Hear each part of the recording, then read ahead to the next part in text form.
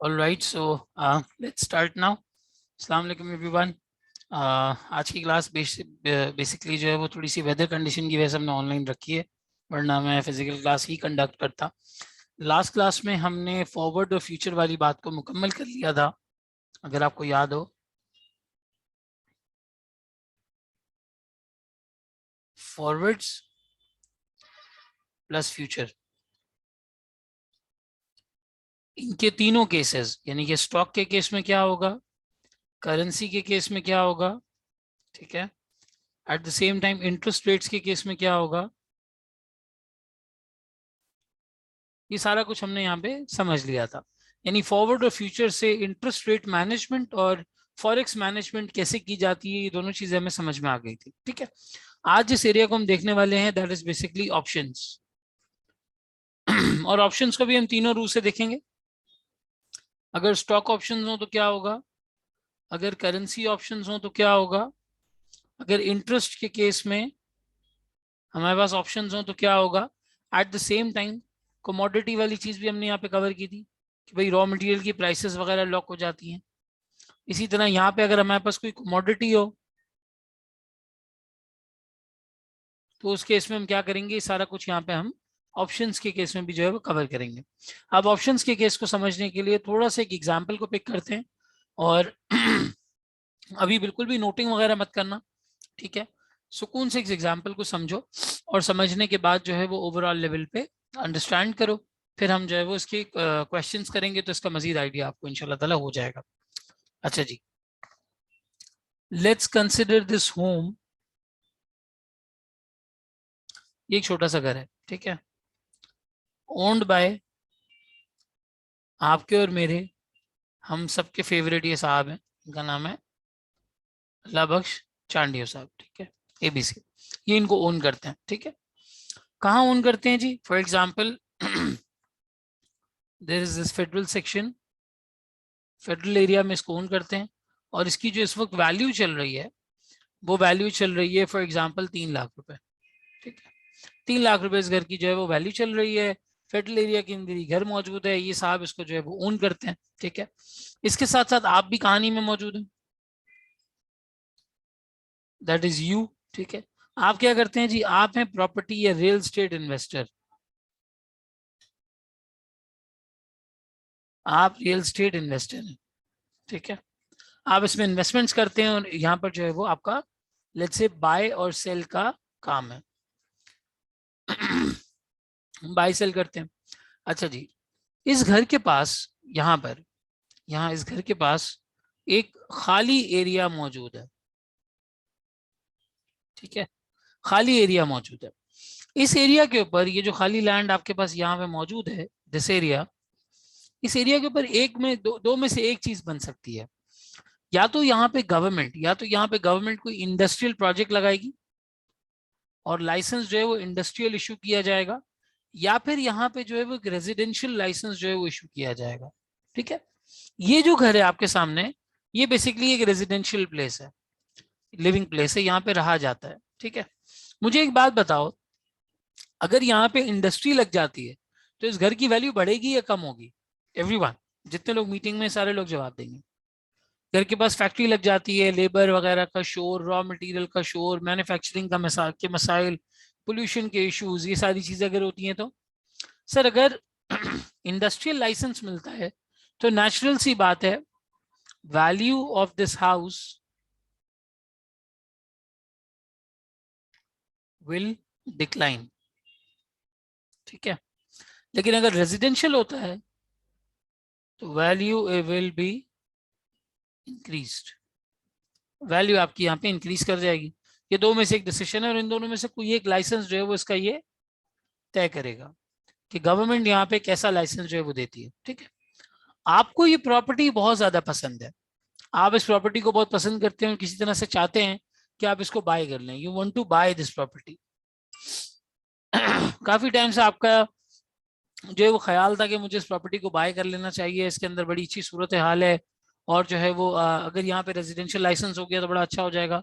Finally finally एक दिन आपको न्यूज़पेपर में एक ऐड नजर आता है, फाइनली आपको न्यूज़पेपर में एक ऐड नजर आता है और उस न्यूज़पेपर में इन्होंने, ये जो एबीसी है, इन्होंने एक एड प्लेस किया हुआ है।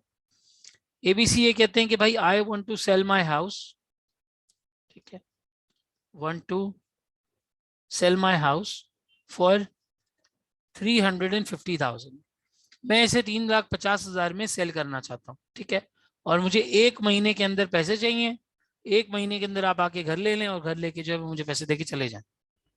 अब आप रियल स्टेट इन्वेस्टर हैं, आपके कनेक्शंस हैं, जानकारी है आपके पास, आपको चीजें पता है कि यार गवर्नमेंट 2 में से एक लाइसेंस यहाँ पे इतने बड़े खाली हिस्से पे इशू करने वाली है, या तो वो इंडस्ट्रियल लाइसेंस होगा या वो रेजिडेंशियल होगा।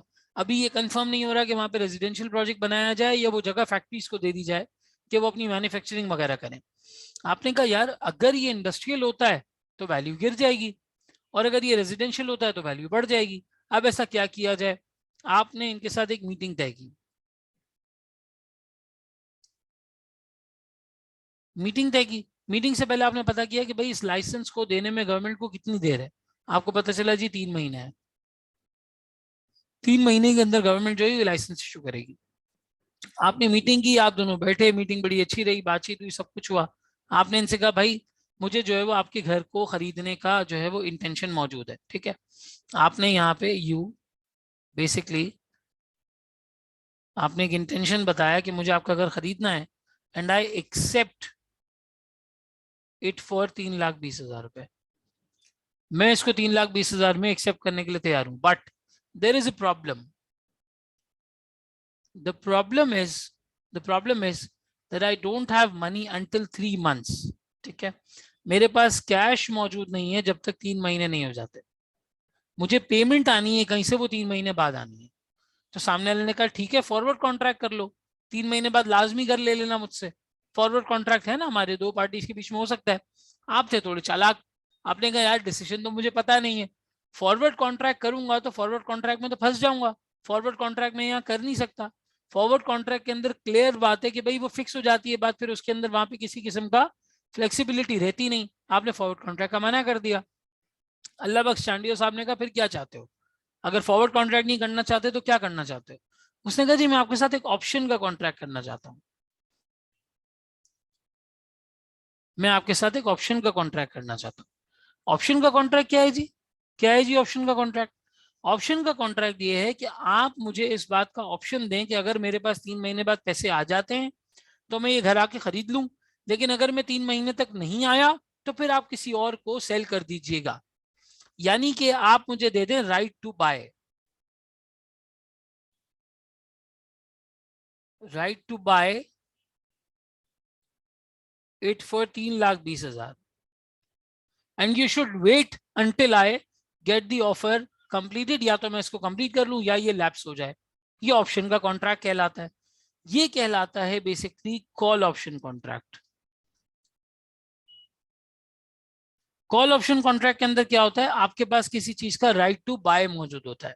तो सर क्या राइट टू सेल का भी कोई ऑप्शन होता है? बिल्कुल राइट टू सेल का भी होता है, वो अभी हमने नहीं पढ़ा, वो अभी हम पढ़ लेंगे। सही, आपको ये बात समझ में आ गई? आपने उनसे कहा भाई आप मुझे इस चीज का राइट दे दें कि अगर मैं 3 महीने बाद आऊं तब तक आप ये घर किसी को नहीं बेचेंगे, और अगर मैं नहीं आता तो फिर आप ये घर किसी और को बेच दें। घर की वैल्यू 3,20,000 ही होगी, मैं आपको 3,20,000 आपकी मुंह मांगी कीमत दूंगा, बस आप 3 महीने तक किसी और को ना बेचे, मेरा इंतजार कर लें। अब जो अल्लाह बख्श चांडियो साहब थे वो इतने पढ़े लिखे नहीं थे, उनको ऑप्शंस के बारे में पता नहीं था, उन्हें प्रॉपर्टी का इतना आइडिया नहीं था, सीधे साधे भोले से आदमी थे। उन्होंने कहा भाई तुम मुझसे कह रहे हो कि मैं तुम्हारे लिए वेट करूं, तुम मुझसे कह रहे हो एबीसी से कि आप प्रॉमिस करें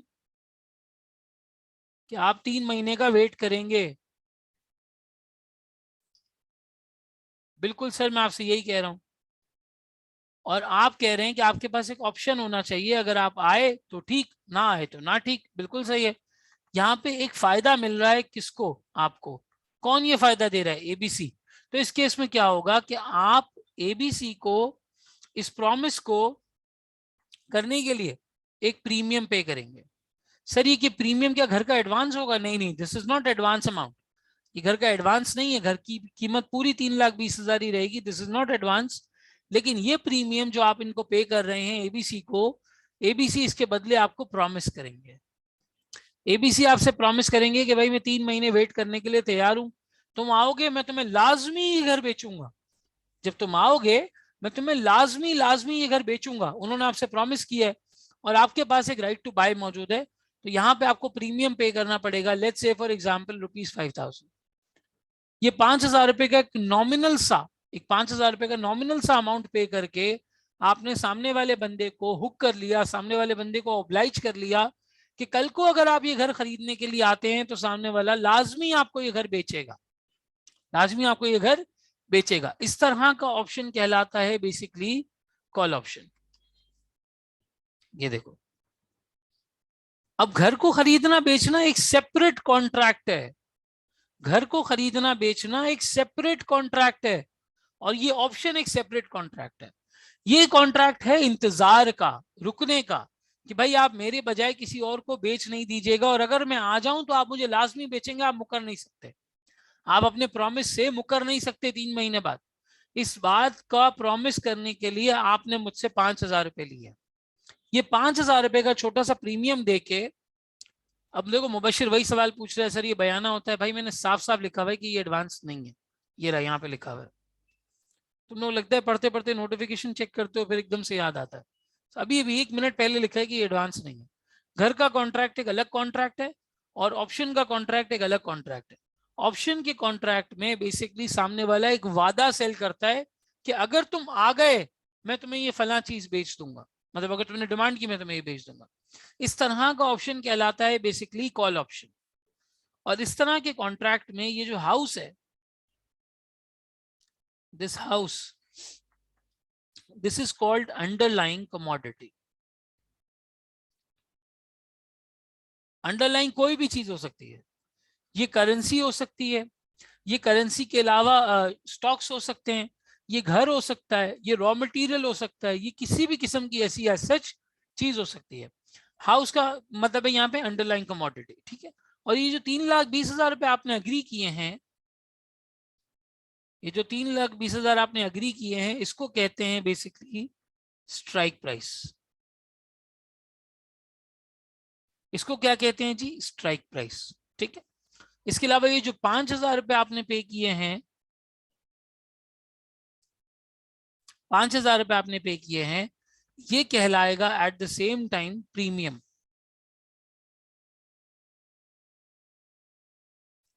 ये कहलाता है अमाउंट ऑफ प्रीमियम, ठीक है। सर इस केस में हम क्या हैं? You are basically option buyer. आपने इसको खरीदने का ऑप्शन बाय कर लिया। एबीसी क्या है इसमें? ऑप्शन राइटर या ऑप्शन सेलर।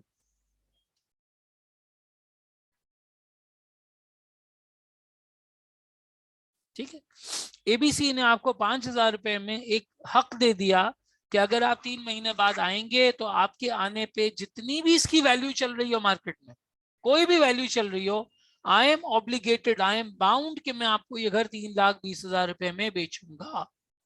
आपको मैं ये घर 3,20,000 रुपए में बेचूंगा। I am basically bound to do that. मैं इस चीज का जामिन हूँ, ये चीज जिम्मेदारी है मेरे ऊपर कि अगर आप आ जाएं तो मैं आपको 3,20,000 रुपए के एवज ये घर बेच दूं। सो बेसिकली ये कहलाता है house underlying commodity. 3,20,000 is strike price, 5,000 is premium, you are the option buyer and ABC is the option seller. ठीक है, ये आप लोगों के दरमियान जो है वो पूरा कॉन्ट्रैक्ट हो गया। और इसका पीरियड कितना है? सर इसका पीरियड है 3 मंथ्स। 3 महीने तक ये ऑप्शन वैलिड है। 3 महीने के बाद ये ऑप्शन लैप्स हो जाएगा या फॉरफीट हो जाएगा, लैप्स हो जाएगा या फॉरफीट हो जाएगा, खत्म हो जाएगा। ठीक है, और अगर एक्सरसाइज हो जाता है, वो बंदा आ जाता है लेने के लिए, तो हम कहेंगे कि ये ऑप्शन एक्सरसाइज हो गया। एक्सरसाइज होने का मतलब सामने वाला आया, उसने कहा भाई मुझे ये घर बेच दो, मैं 3,20,000 देने के लिए तैयार हूं और घर लेने के लिए तैयार। सही है, ये कहलाता है बेसिकली ऑप्शन को एक्सरसाइज करना। अगर एक्सरसाइज नहीं किया तो ऑप्शन लैप्स हो गया या कह लो कि फॉरफीट हो गया। सही है। मुताहिर कहते हैं सर 5,000 अभी पे करेंगे या 3 महीने के बाद? अभी पे करेंगे, राइट नाउ। ये 5,000 रुपए आप अभी पे करेंगे। अभी पे करेंगे तो ही तो वो रुकेगा। 3 महीने बाद तो घर के पैसे होंगे, ये घर के पैसे नहीं है, ये घर के लिए करने वाले इंतजार के पैसे हैं, इंतजार के पैसे हैं 5,000 बेसिकली। ठीक है, थोड़ा सा एक स्टेप अब आगे बढ़ते हैं। मैं नोटिंग का टाइम दे दूंगा और स्क्रीन भी ये वाली लगा दूंगा, टेंशन नहीं लेना। एक स्टेप थोड़ा सा आगे बढ़ते हैं। अब क्या हुआ जी, 3 महीने गुजर गए। यार ये एनोटेशन नहीं करो, जो चीजें तकलीफ दे रही हो वो निकलवा दो। चलती क्लास में एनोटेशन करने का कोई मकसद नहीं। आफ्टर 3 मंथ्स,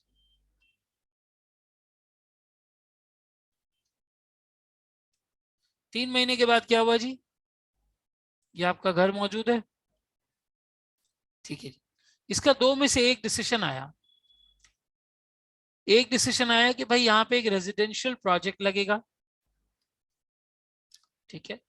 दूसरा डिसीजन आया कि जी यहाँ पे इंडस्ट्री लगेगी। दोनों को अलग अलग डिस्कस कर लेते हैं। रेजिडेंशियल प्रोजेक्ट में नाउ इस घर की वैल्यू हो गई eight the same time 6 lakh रुपए। 6 लाख रुपए वैल्यू हो गई। अगर इंडस्ट्री है, नाउ इस घर की वैल्यू हो गई जी 1 लाख रुपए। कितनी हो गई जी, 1 लाख रुपए। जाहिर सी बात है यहाँ पे वैल्यू बढ़नी थी, यहाँ पे वैल्यू गिरनी थी। हमने दो केसेस ले लिए, इसको हम ले लेते हैं केस 1, इसको हम ले लेते हैं केस 2, ठीक है। दोनों केसेस हमारे पास आ गए। अब मुझे बताओ, पहले वाले केस में जहां पे वैल्यू अब 1 लाख रुपए बची है, पहले वाले केस में what ABC is going to do now. ABC क्या करेगा, या आप लोग इनकी जगह पे होते, सॉरी यहाँ पे आप क्या करते, एबीसी तो खैर ऑप्शन सेलर थे ना। What are you going to do now, आप यहाँ पे क्या करेंगे। घर खरीदेंगे आके 3,20,000 में, या इस ऑप्शन को लैप्स होने देंगे।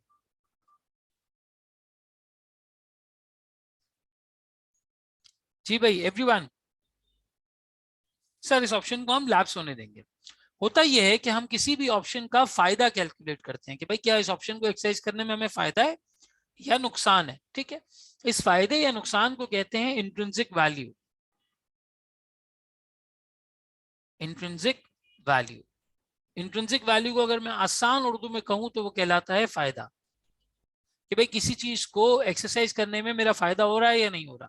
इंट्रिंसिक वैल्यू कैसे निकलती है sir, underlying price minus strike price, ठीक है। ये यहां पे देखो, अंडरलाइंग प्राइस मतलब घर की price, underlying is the price of house,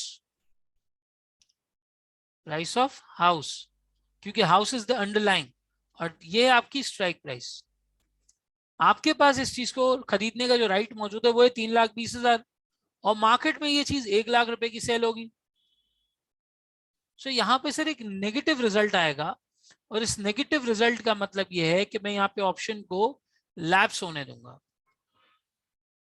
मैं ऑप्शन को क्या होने दूंगा, लैप्स होने दूंगा। इस तरह के ऑप्शन को कहते हैं जहां पे आप लैप्स होने देते हैं, जहां आपका नुकसान हो रहा होता है, जहां आपको नुकसान हो रहा होता है, इस तरह के ऑप्शन को कहते हैं आउट द मनी,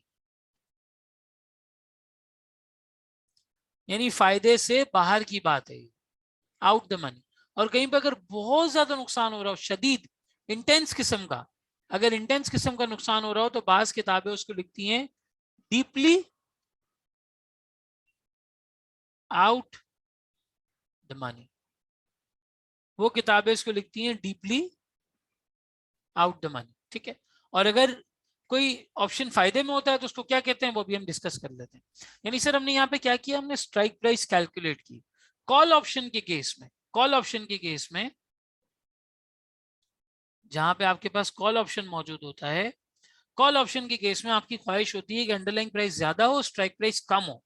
तो यहाँ पे आप अंडरलाइंग प्राइस पहले रखते हैं और स्ट्राइक प्राइस जो है वो बाद में रखते हैं, स्ट्राइक प्राइस जो है वो बाद में रखते हैं। हो सकता है आपको ये याद ना रहे कि कॉल ऑप्शन के केस में राइट टू बाय होता है। तो किसी भी चीज को खरीदते वक्त, फॉर एग्जांपल आपने ऑनलाइन ऑर्डर प्लेस करना है, तो you would do what, you would make a call. तो किसी भी चीज को खरीदते वक्त जब हम कॉल मिलाते हैं, इसलिए इससे याद रख लो, कॉल ऑप्शन का मतलब ये है जहां पे किसी चीज को खरीदने का राइट मेरे पास मौजूद है, ये कॉल ऑप्शन कहलाता है।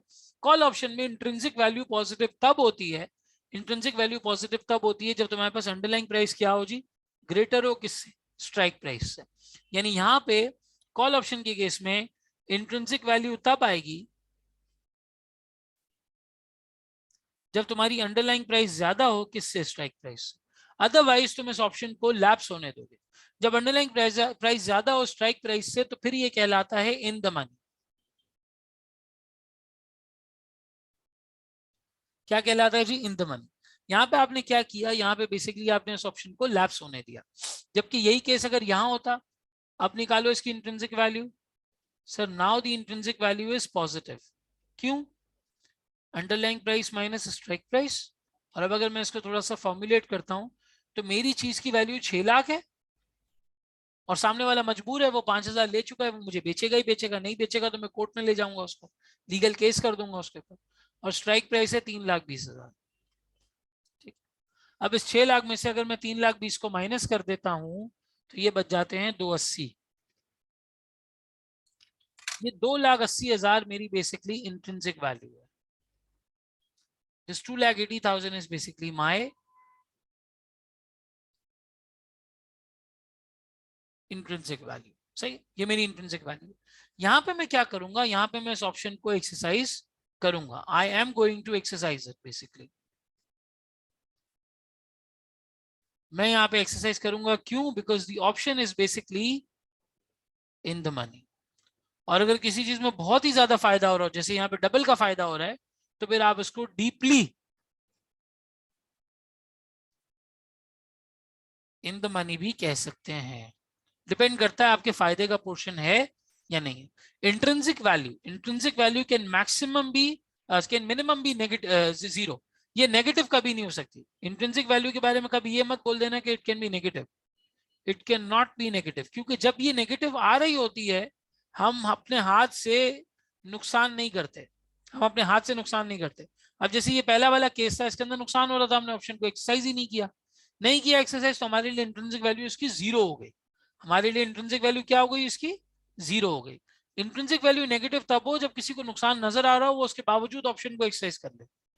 उसके बावजूद ऑप्शन को क्या कर ले जी? एक्सरसाइज कर ले। अगर वो उसके बावजूद ऑप्शन को एक्सरसाइज करता है, तब ये बात समझ में आती है कि हाँ यार, आपने नुकसान के बावजूद उसको एक्सरसाइज किया, अब आपकी इंट्रिंसिक वैल्यू नेगेटिव है। वरना इंट्रिंसिक वैल्यू मैक्स कहां तक पहुंचती है? जीरो तक पहुंचती है। ठीक है। सो पहले वाले केस में इंट्रिंसिक वैल्यू पॉजिटिव थी, हमने एक्सरसाइज किया। सॉरी, पहले वाले केस में इंट्रिंसिक वैल्यू नेगेटिव थी, हमने एक्सरसाइज नहीं किया, लैप्स होने दिया। दूसरे वाले केस में इंट्रिंसिक वैल्यू पॉजिटिव थी, तो हमने यहाँ पे इसको एक्सरसाइज किया। ठीक है। ये है केस कॉल ऑप्शन का।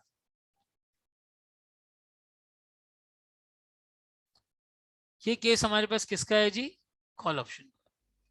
कॉल ऑप्शन के केस में इस तरीके की जो सिचुएशन होती है, वहां पे इंट्रिंसिक वैल्यू तब बनती है जब तुम्हारी अंडरलाइंग प्राइस ज्यादा हो, किससे?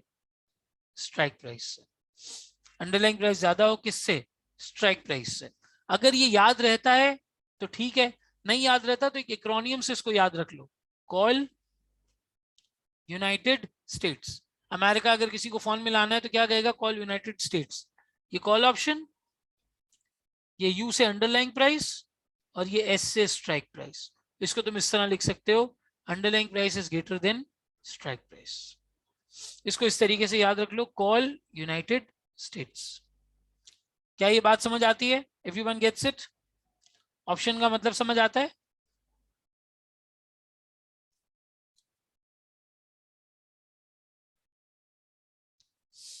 Everyone gets it? चलो अब इसको कॉपी कर लो। इसके बाद मैं तुम्हें पुट ऑप्शन क्या होता है, जिसमें राइट टू सेल मौजूद होता है, उसकी एग्जांपल बताता हूं, फिर हम क्वेश्चंस के ऊपर इंशाल्लाह ताला आ जाएंगे। अच्छा, आगे बढ़ने से पहले मुझे एक बात बताओ, 5,000 रुपए का इसने प्रीमियम पे किया था। 5,000 रुपए का इसने प्रीमियम पे किया था। अगर घर की वैल्यू अगर घर की वैल्यू 3,21,000 हो जाती है, तो अब आपको ऑप्शन एक्सरसाइज करना चाहिए या नहीं करना चाहिए? जी भाई, एवरीवन वुड टेल। 1,000 रुपए का फायदा है, 5,000 का हम प्रीमियम पे कर चुके हैं। हमें एक्सरसाइज करना चाहिए या नहीं करना चाहिए? चलो, मुताहिर ने बोला नहीं सर, नहीं करना चाहिए। और कोई है जी? नजीब भी कहते हैं नहीं सर, नहीं करना चाहिए। उस्मान गनी भी कहते हैं, अरीबा भी कहती है नो, साद भी कहते हैं नो।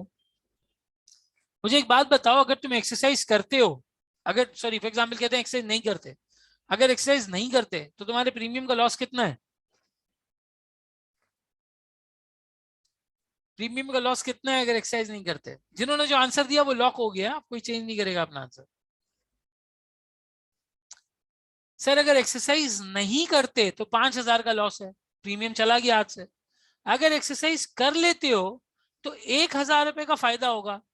इस 1,000 रुपए के फायदे से तुम्हारा प्रीमियम का जो नेट लॉस है वो 4,000 बचेगा। जो प्रीमियम का तुम्हारा यहाँ पे नेट लॉस होगा बेसिकली वो 4,000 रुपए बचेगा। अगर आप एक्सरसाइज कर लेते हैं तो आपका नेट लॉस तो कम हो रहा है ना। नेट लॉस आपका यहाँ पे बन रहा है 4,000 का। तो अगर 1 रुपए का भी फायदा हो रहा हो, अगर 1 रुपए का भी फायदा हो रहा हो किसी ऑप्शन में, यू शुड एक्सरसाइज इट। उसको कभी भी ये मत सोचना कि मैंने प्रीमियम इतना दे दिया अब क्या फायदा। अरे भाई 1 रुपए से भी अगर तुम्हारा प्रीमियम कम हो जाता है तो तुम्हारा नेट लॉस तो कम हो जाएगा ना। बेशक तुमने यहाँ 5,000 रुपए प्रीमियम पे किया है, 1,000 रुपए का फायदा मिल रहा है।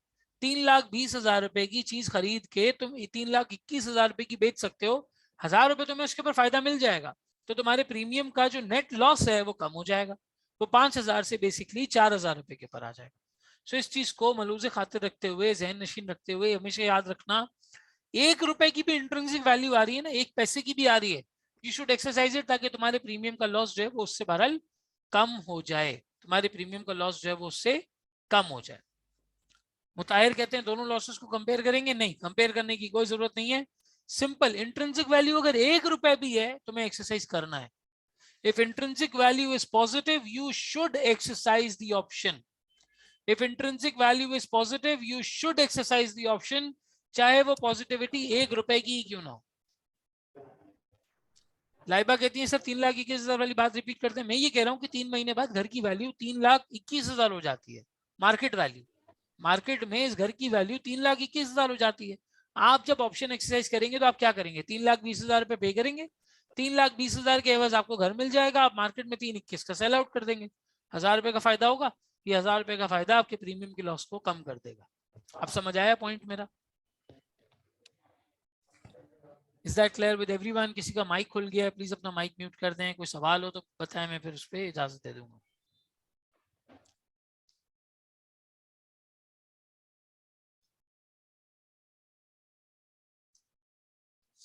क्लियर हो गया? चलो अब मैं ऊपर वाली स्क्रीन लगा रहा हूँ, सारे लोग सुकून से इसको कॉपी कर लें। पहले इसको कॉपी कर लो, जब डन लिखोगे तो फिर मैं उसके बाद दूसरी स्क्रीन लगाऊंगा, उसको कॉपी कर लेना।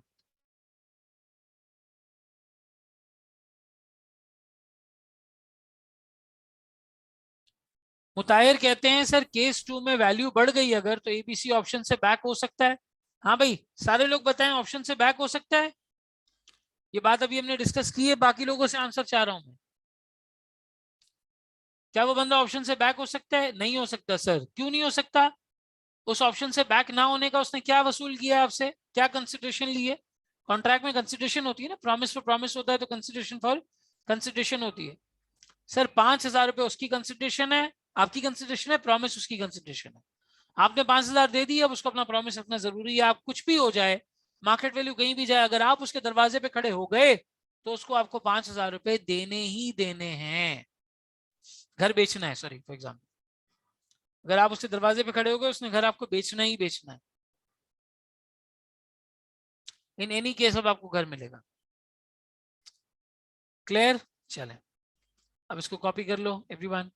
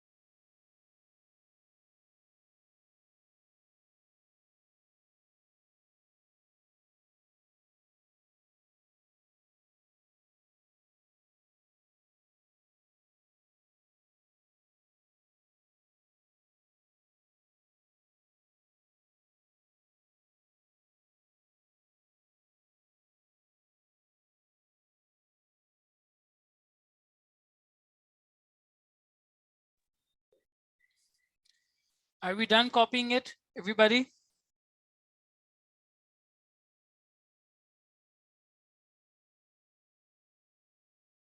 अच्छा जी, कॉपी कर लें चलो।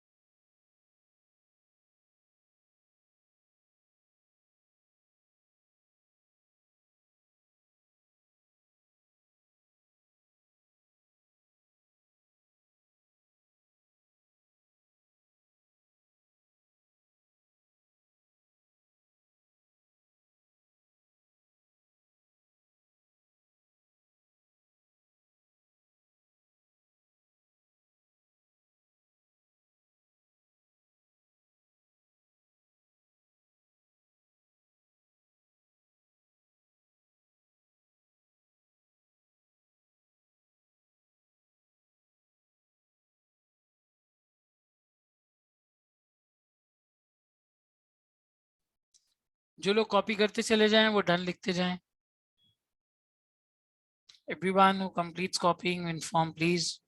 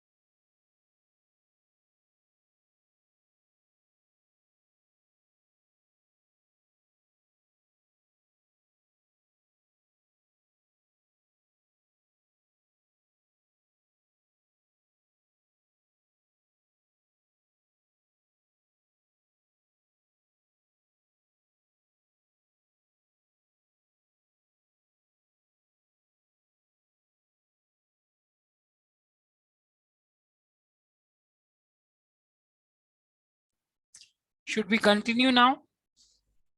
कोई है ऐसा अभी जो लिख रहा हो? Is anyone कॉपिंग?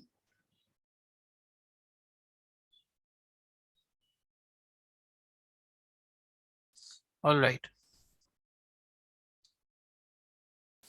so if you're done, let's move to the next now.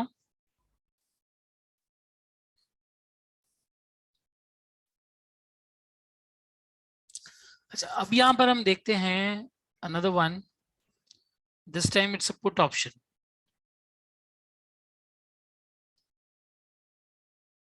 ठीक है, पुट ऑप्शन। पुट ऑप्शन के केस में क्या होता है?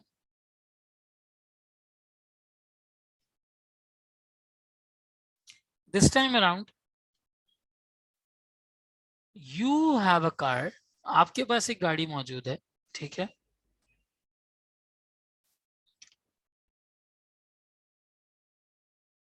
अरसलान कहते हैं sir premium price portion note करना था। कौन सा वाला पोर्शन कह रहे हो? ये वाला पोर्शन कह रहे हो, ये नोट करना है?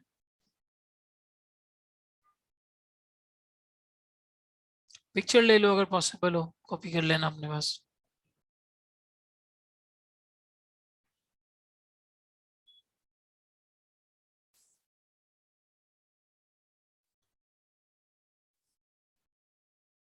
यहाँ पर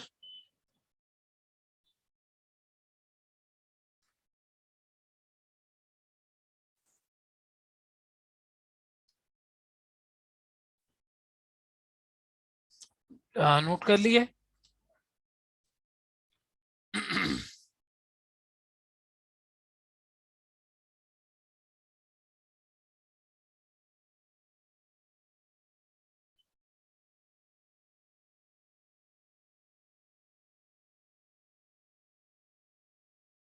चलो ठीक है जी, नोट हो गया, अब आगे बढ़ते हैं। अब इस पुट ऑप्शन के केस में क्या है कि आपके पास एक गाड़ी मौजूद है, सही है, और ये गाड़ी है फॉर एग्जांपल 1300 सीसी की। So you have got a 1300 CC car, you basically own it, ठीक है। और अब आप सोच रहे हैं कि भाई इस गाड़ी का क्या किया जाए, किस तरीके से सूरत हाल जो है वो की जाए। एक्चुअली आपको क्या करना है, आपको गाड़ी जो है वो सेल करनी है। You want to sell this car. लेकिन अगेन आप एक रियल एस्टेट प्रॉपर्टी इन्वेस्टर हैं, गाड़ियों का काम भी करते रहते हैं, आपकी इंफॉर्मेशन बेस जो है वो बहुत हाई है, ठीक है। आपको आपकी इंफॉर्मेशन से ये पता चलता है कि with in a period of let's say 2 months, 2 महीने में पाकिस्तान के अंदर एक मिनी बजट अनाउंस होने वाला है। रिसेंटली तुम लोगों ने न्यूज में इसका नाम सुना हुआ भी होगा, ठीक है। मिनी बजट में एक से एक, यानी दो में से एक चीज होगी, या तो 1300 सीसी की गाड़ियों पे 1300 सीसी कार्स के ऊपर हमारे पास at the same time duties increase होने वाली हैं, ठीक है। या फिर उसका दूसरा यह है कि duties are not going to increase, यानी ड्यूटीज इंक्रीज नहीं होती हैं। अगर ड्यूटीज इंक्रीज हो जाती हैं यहाँ पर, so the prices are going to increase, prices increase हो जाएंगी। लेकिन अगर ये ड्यूटीज नहीं होती है इंक्रीज, तो फिर relatively prices are not going to increase, ठीक है। प्राइसेस इंक्रीज नहीं होंगी, हो सकता है किसी और वजह से डिक्रीज हो जाए, लेकिन इंक्रीज बहरहाल नहीं होगी। अब आप क्या चाहते हैं? आप चाहते हैं कि यार अगर इंक्रीज हो जाए ना, तो मैं इंक्रीज वाली प्राइस पे बेचूं, और अगर ये डिक्रीज हो जाए तो मुझे मेरी आज की जो प्राइस है वो मिलनी चाहिए कम से कम। आपकी जो ख्वाहिश है वो ख्वाहिश ये है कि आप इसको 5 लाख में सेल करना चाहते हैं।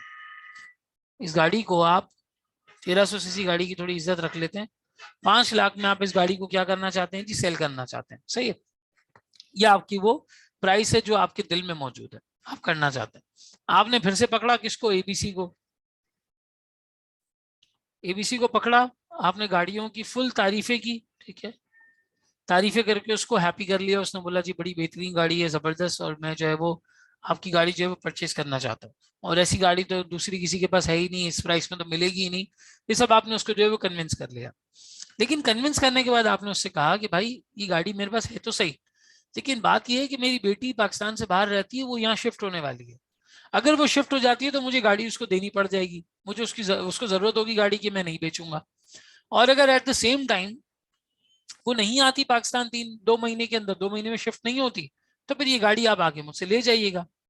इन अ नट शेल आपकी नीयत ये है कि अगर प्राइसेस बढ़े तो आप मार्केट में बेच दें, और अगर ना बढ़े तो 5 लाख में आप एबीसी को बेच दें। यानी यहाँ पे आप क्या चाह रहे हैं, यहाँ पे आप बेसिकली चाह रहे हैं right to sell.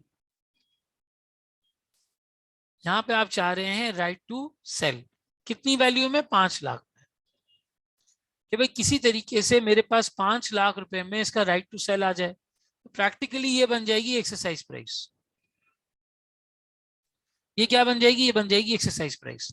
This is basically exercise price telling you कि यार ओवरऑल लेवल पे मैं इसको 2 महीने के बाद 5 लाख रुपए में बेच सकूं। इस दफा फिर एबीसी ने बोला कि भाई मुझसे क्या चाहते हो? आपने एबीसी से कहा सर आपसे मैं एक प्रॉमिस चाहता हूँ।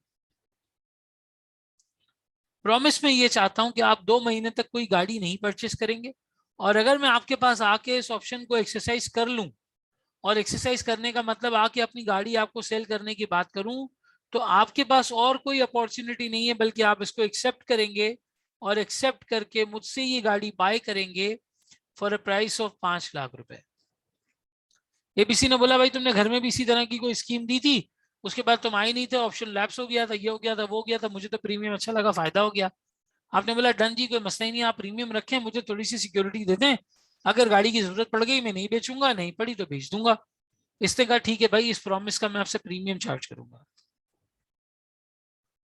ठीक है जी, कितना प्रीमियम होगा? प्रीमियम एक नॉमिनल अमाउंट सी चीज होती है, तो मान लीजिए 8,000 रुपए आपने जो है वो इस पे प्रीमियम दे दिया। सो अब क्या हुआ? अब दोबारा एक ऑप्शन का कॉन्ट्रैक्ट हुआ। अब यहाँ पे फिर से एक ऑप्शन का कॉन्ट्रैक्ट हुआ। This time around this option is right to sell. Right to sell के केस में कहलाता है put option. Right to sell, right to sell के केस में ये कहलाता है पुट ऑप्शन। ठीक है ये भी ऑप्शन का कॉन्ट्रैक्ट, लेकिन पुट ऑप्शन। अब अक्सर स्टूडेंट्स की जिंदगी में ये मसला होता है कि उनको याद नहीं रहता कि पुट ऑप्शन क्या है। अभी मैंने आपको कॉल ऑप्शन याद रखने का तरीका बताया था कि जब भी कोई चीज आपको खरीदनी होती है, आप ऑनलाइन ऑर्डर करने के लिए कॉल में लाते हैं, तो आप कॉल ऑप्शन कह दें। ठीक है, कॉल ऑप्शन ऐसे याद रख लें। किसी को याद है वो OLX का ऐड, उसका क्या बड़ा एक मशहूर जुमला होता था? जब आपको वो चीज बेचनी होती थी तो वो क्या कहते थे? OLX पे डाल दे। ऐसा ही है, ये सेंटेंस याद है आवाम को? OLX का बड़ा एक मशहूर जुमला हुआ करता था। अगर मैं इसको इंग्लिश में बोलूं तो ये कहलाएगा put it on OLX। OLX कर बोलते थे। तो यहाँ पे कोई चीज अगर आपको सेल करनी है, if you want to sell something you put it on OLX। इस जुमले से आप बहरहाल जो है वो याद रख सकते हैं कि जब आपके पास राइट टू सेल होता है तब आप पुट ऑप्शन कहते हैं, कॉल ऑप्शन नहीं कहते। सर यहाँ पे क्या होगा? अब इस दफा दोबारा आप दोबारा से इनसे जो है एक प्रॉमिस वसूल करेंगे। ABC is going to make you a promise, but at the same time ये टू वे चीज होगी। यहाँ पे आप जो है वो एबीसी को 12,000 रुपए की पेमेंट करेंगे, और ये कॉन्ट्रैक्ट जो है वो हो जाएगा। अब आफ्टर टू मंथ्स अगर आप देखो तो आपके पास दो में से एक ऑप्शन होगा। पहला केस ये होगा कि इस कार की वैल्यू बढ़ जाएगी, यानी कि इसकी बेसिकली मिनी बजट आ जाएगा, मिनी बजट अनाउंस होगा, मिनी बजट अनाउंस में कार की वैल्यू इंक्रीज कर जाएगी। कार की प्राइस इंक्रीज कर गई जी, कितनी हो गई जी? कार की प्राइस हो गई eight the same time 6 lakh रुपए। और दूसरा केस मेरे पास क्या होगा? सर दूसरा केस ये होगा कि कार की प्राइस मेरे पास जो है वो गिर जाएगी, या कह लो कि स्टेबल रहेगी, 5 लाख रुपए ही रहेगी, जो इस गाड़ी की वैल्यू आ जाए। फॉर एग्जाम्पल मान लेते हैं 5 लाख रुपए ही रहती है। तीसरा केस हाइपोथेटिकली रख दो कि इसकी कार प्राइस हो जाती है लेट्स से 480,000। मुझे बताओ 6 लाख रुपए वाले केस में मुझे इस ऑप्शन को एक्सरसाइज करना चाहिए या इसको मार्केट में जाके बेच देना चाहिए 6 लाख रुपए में? क्योंकि अगर ऑप्शन एक्सरसाइज करूंगा तो सिर्फ 5 लाख की बेच सकता हूँ, 5 लाख से ऊपर की नहीं बेच सकता। एक्सरसाइज प्राइस जो अग्री हुई है 5 लाख की हुई है। क्या करना चाहिए? मार्केट में सेल करना चाहिए। बिल्कुल सर, मार्केट में सेल करने से चाहिए। यहाँ पे आप इस ऑप्शन को लैप्स होने दें, यहाँ पे आप इस ऑप्शन को लैप्स होने दें, एक्सरसाइज ना करें। क्यों? क्योंकि सर इस दफा अब इंट्रिंसिक वैल्यू, इस दफा जो इंट्रिंसिक वैल्यू निकलेगी वो रिवर्स फॉर्मूले से निकलेगी, यानी आप स्ट्राइक प्राइस में से माइनस करेंगे अंडरलाइंग प्राइस। स्ट्राइक प्राइस कितनी है आपकी 5 लाख, अंडरलाइंग प्राइस कितनी है 6 लाख। ये एक नेगेटिव फैक्टर दे रहा है सर, नेगेटिव हम एक्सरसाइज नहीं करते, इंट्रिंसिक वैल्यू 0 तक हो सकती है। 5 लाख के केस में इनडिफरेंस है, इक्वल। आप मार्केट में बेचो तो भी 5 लाख, ऑप्शन में बेचो तो भी 5 लाख। इस केस में करो एक्सरसाइज, यहां पे तुम्हारी इंट्रिंसिक वैल्यू है 0, इंट्रिंसिक वैल्यू तुम्हारी यहाँ पे है 0, 5 लाख माइनस 5 लाख, इट्स 0, ठीक है। जबकि यहाँ पे तुम्हें एक्सरसाइज करना चाहिए, क्यों? क्योंकि सर आपकी इंट्रिंसिक वैल्यू यहाँ पे बनती है 20,000 रुपए। आप 5 लाख में एक चीज को एक्सरसाइज कर सकते हैं, जबकि मार्केट में वो 4,80,000 की सेल होगी। तो यहाँ पे आपकी 20,000 रुपए की एक पॉजिटिव पॉजिटिव 20,000 रुपए की इंट्रिंसिक वैल्यू है। तो इसको हम कहेंगे this option is in the money, ये कहलाएगा जी option is in the money, और इसको एक्सरसाइज करना चाहिए। बहुत बड़ा फायदा नहीं है, थोड़ा सा है। हम इन द मनी कह रहे हैं, वरना हम कहते हैं डीपली इन द मनी। और ये वाला जो हमारा ऑप्शन है पहला वाला, इसके बारे में हम कहेंगे आउट द मनी, यानी ऑप्शन एक्सरसाइज करने में कोई फायदा नहीं है। आपके लिए बेहतर है कि आप क्या करें जी, इसको बेसिकली लैप्स होने दें। लाइबा कहती है सर प्रॉमिस के 12,000 डिडक्ट नहीं होंगे 20,000 से। हाँ भाई, ये फिर से क्वेश्चन, ये सेम क्वेश्चन आया है। बताएं भाई, प्रॉमिस के जो पैसे हैं वो एडवांस हैं क्या, वो डिडक्ट होते हैं बाद में, या एक दफा पे कर दिए? वो तो आप डे 1 पे कर चुके हैं ना, वो क्यों डिडक्ट होंगे? वो डे 1 पे होते हैं, 2 महीने बाद होने जा रही है ट्रांजेक्शन, डे 1 पे हो जाते हैं, they are paid in advance. यहाँ पे भी लिख देता हूँ, पिछली स्लाइड पे भी लिखा था, ये डे 1 पे जिस वक्त आप प्रॉमिस ले रहे हैं उस वक्त पे करें, प्रॉमिस मुकम्मल होने के बाद आप मिलेंगे थोड़ी। अगर ये आपने ऑप्शन लैप्स करना है तो आप प्रीमियम भी खा जाएंगे, ऑप्शन भी खा जाएंगे। So basically that's how it is. अब इसको जल्दी से कॉपी कर लो एवरीवन। अच्छा, यहाँ पे एक छोटी सी बात और, या बल्कि चलो ये कॉपी करो फिर बताता हूँ। 2 तरह के ऑप्शंस होते हैं, अमेरिकन, यूरोपियन और ओटीसी और एक्सचेंज ट्रेडेड। ये चारों मैं आपको अभी बता देता हूँ, इसको कॉपी कर लो आराम से, कोई जल्दी नहीं है, सुकून से कॉपी करना। मुताहिर कहते हैं सर प्रीमियम एबीसी ने पे किया है। नहीं, प्रीमियम आपने पे किया है, देखो ये एरो नजर आ रहा है, it's coming from you to ABC. आपने एबीसी को प्रीमियम पे किया है, और एबीसी ने आपको प्रॉमिस किया है कि वो 2 महीने तक कोई गाड़ी नहीं लेगा। जब आप 2 महीने बाद गाड़ी बेचने के लिए आएंगे तो आपकी गाड़ी परचेज करेगा।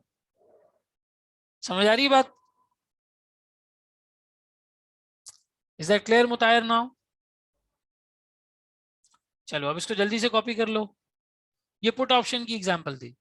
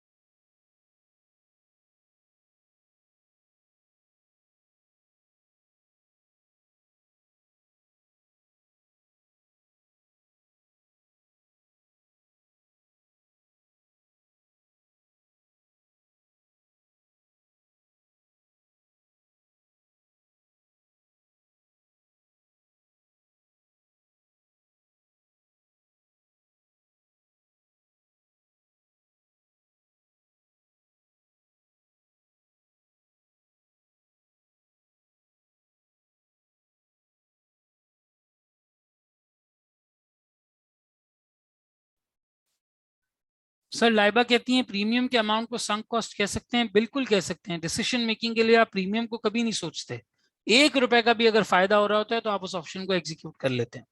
जी भाई, कॉपी कर लिया सबने, एवरीवन? एक स्टेप आगे बढ़े, जो लोग लिख रहे हैं वो बताइएगा। आई गेस सब एक ही स्लाइड है तो इतना टाइम नहीं लगा होगा। चलो ठीक है, कोई नहीं है ऐसा जो कॉपी कर रहा हो।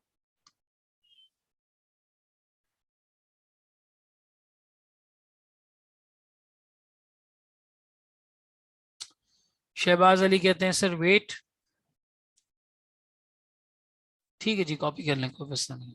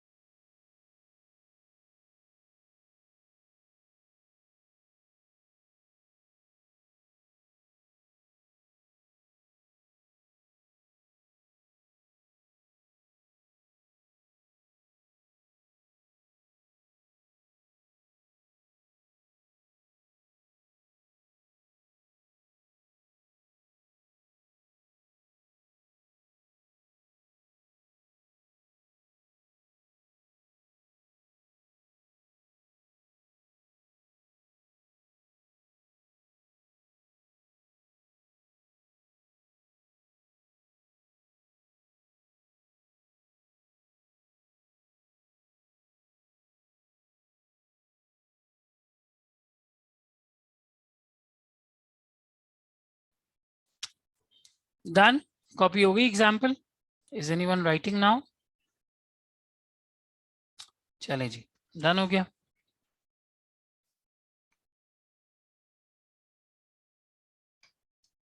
अच्छा, अब ऑप्शंस के हमारे पास दो टाइप्स मौजूद हैं। एक ऑप्शन होता है जो म्यूचुअल पार्टीज के बीच में हो जाता है, ठीक है। दो म्यूचुअल पार्टीज ने अपने टर्म सेट किए और अपने टर्म्स पे एक ऑप्शन को काम कर लिया, इसको कहते हैं OTC options, over the counter, over the counter या ओटीसी ऑप्शंस। और एक होते हैं यहाँ पे जो एक्सचेंज पे किए जाते हैं, जो एक्सचेंज के हिसाब से किए जाते हैं, स्टैंडर्ड तरीके से होते हैं, ये कहलाते हैं basically exchange traded options.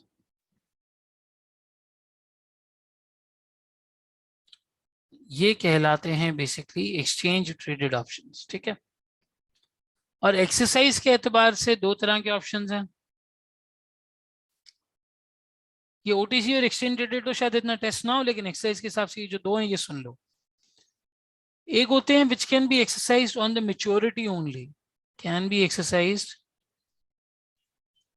On the maturity only, यानी जब उनका पीरियड एंड होगा, पीरियड एंड होने के बाद जो टाइम दिया हुआ है, हफ्ता, 10 दिन, 6 दिन, 3 दिन, 4 दिन, सिर्फ उसमें एक्सरसाइज हो सकते हैं। ये कहलाते हैं यूरोपियन ऑप्शंस। ये कहलाते हैं यूरोपियन ऑप्शंस। लेकिन कुछ ऑप्शन ऐसे होते हैं which can be exercised during the maturity period, can be exercised at any time during the maturity period, at any time during the maturity period. ये जो एनी टाइम वाला है ये कहलाता है अमेरिकन ऑप्शंस। यानी फॉर एग्जांपल ऑप्शन का period 3 महीने है, सिर्फ 3 महीने के एंड में एक्सरसाइज हो सकता है, ये यूरोपियन ऑप्शन है। 3 महीने में कभी भी एक्सरसाइज हो सकता है, ये अमेरिकन ऑप्शन है, ठीक है। ये दो टाइप्स आपने जहन में रखनी है, यूरोपियन ऑप्शन, अमेरिकन ऑप्शन, और यहाँ पे ओटीसी ऑप्शंस और एक्सचेंज ट्रेडेड ऑप्शंस। जैसे तुमने फॉरवर्ड कॉन्ट्रैक्ट पढ़ा था वो ओटीसी की एग्जांपल है कि दो पार्टीज के दरमियान हो जाता है, और जैसे तुमने फ्यूचर्स पढ़ा था कि सिर्फ एक्सचेंज पे ट्रेड होता है, वो एक्सचेंज ट्रेडेड ऑप्शंस की एग्जांपल है। ईटीओ बेसिकली कहते हैं इनको, ओटीसी और ईटीओ, सही है। अमेरिकन ऑप्शंस जो है वो अमेरिका का कॉन्सेप्ट है, कभी भी एक्सरसाइज कर लो ड्यूरिंग द पीरियड, मेच्योरिटी से पहले पहले। और यूरोपियन ऑप्शंस में सिर्फ मेच्योरिटी वाले दिन आप इनको एक्सरसाइज कर सकते हैं। Is that clear? किसी को कोई प्रॉब्लम तो नहीं है? यहाँ पे हमारा ऑप्शन का कॉन्सेप्ट अल्हम्दुलिल्लाह मुकम्मल होता है, और ये इस चैप्टर का फाइनेंशियल रिस्क मैनेजमेंट का जो चैप्टर है इसका आखिरी इंस्ट्रूमेंट है। अभी हम इसके सवाल करेंगे तो इंशाल्लाह ताला ये इंस्ट्रूमेंट हमारा मुकम्मल हो जाएगा। क्लियर है?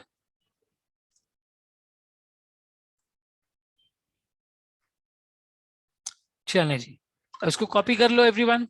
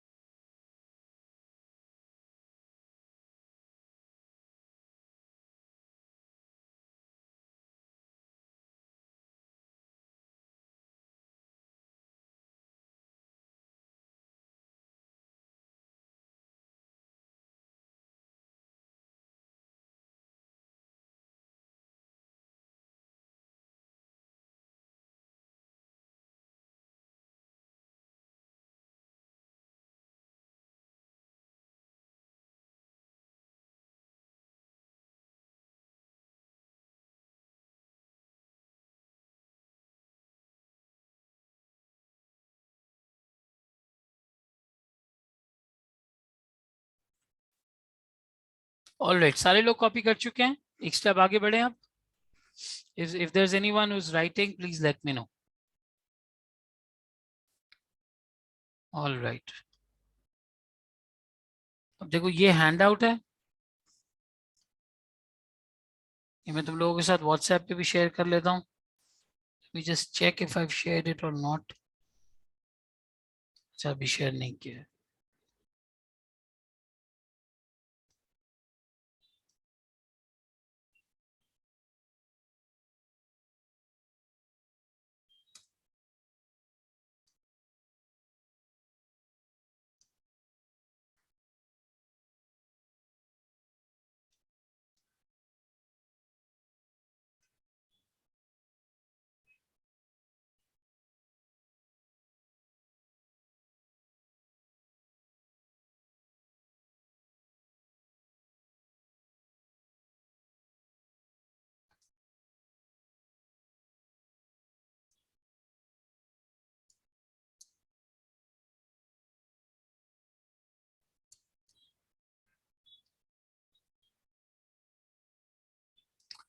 Alright, so stock in currency options का पहला क्वेश्चन मैं पढ़ने लगा हूँ.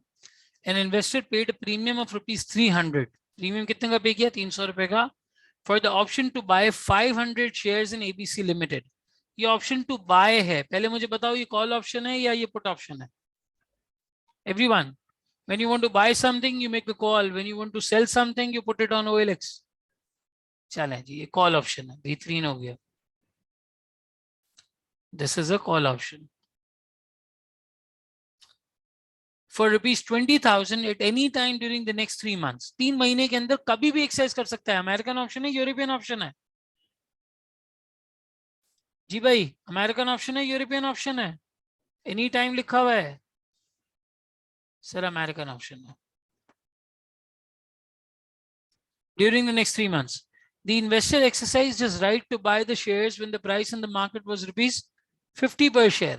इसके पास कितना का राइट मौजूद था सर? ये 500 शेयर्स ले सकता था for an amount of ₹20,000.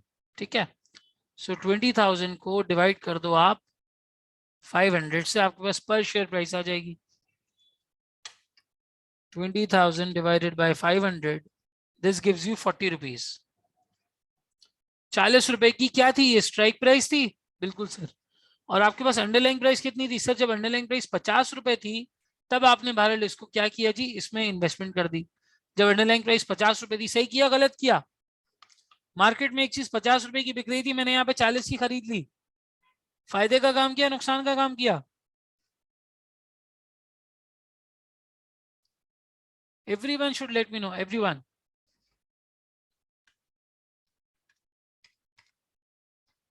Sir फायदे का काम किया. आपने बाय किया इनको, प्रैक्टिकली देखा जाए तो ₹40 इंटू 500, 20,000 में. आपने इनको 20,000 में बाय किया. अब आप इनको सेल कर सकते हो बहुत आराम से 50 रुपए में, और सेल हो सकता है ये 25,000. तो आपको यहाँ पे नेट बेनिफिट हुआ 5,000 रुपए का इसकी वजह से. ये आपकी इंट्रिंसिक वैल्यू है. This is your intrinsic value. ठीक है, ये मेरी स्ट्राइक प्राइस है और ये मेरी अंडरलाइंग प्राइस है. ठीक है, ये मेरी अंडरलाइंग प्राइस है. In the explain the term option theory की बात है. In the context of example briefly explain what is the strike price. Strike price is ₹40. whether the above is call option or a put option, it's a call option. हमने discuss कर लिया. Explain whether the above option would be termed as in the money or out the money when the market price is 35 रुपए पर share. हाँ भाई, जब market में ये चीज 35 की मिल रही है और आपको आपके पास ऑप्शन है 40 में खरीदने का, तो आपका ऑप्शन कैसा है? इन द मनी है, आउट द मनी है? फायदे की बात है, नुकसान की बात है? सर आउट द मनी है. Why is that so? Sir it is out the money because the intrinsic value is negative. Intrinsic value ही नहीं है इसकी कोई. ठीक है ना, कोई इंट्रिंसिक वैल्यू नहीं है, इट्स जीरो.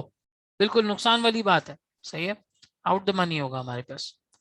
चलें जी, अब एक स्टेप आगे बढ़ते हैं. An investor paid a premium of ₹60 to buy a option, buy a put option at a strike price of 300. इस बंदे ने 60 रुपए पे किए एक पुट ऑप्शन के लिए, स्ट्राइक प्राइस ऑफ 300. यानी इसके पास एक राइट टू सेल मौजूद है. राइट टू सेल मौजूद है. ये अपनी चीज को ₹60 में सेल कर सकता है. लाइबा कहती है सर कॉपी करना था. चलो ठीक है, कॉपी कर लें आराम से.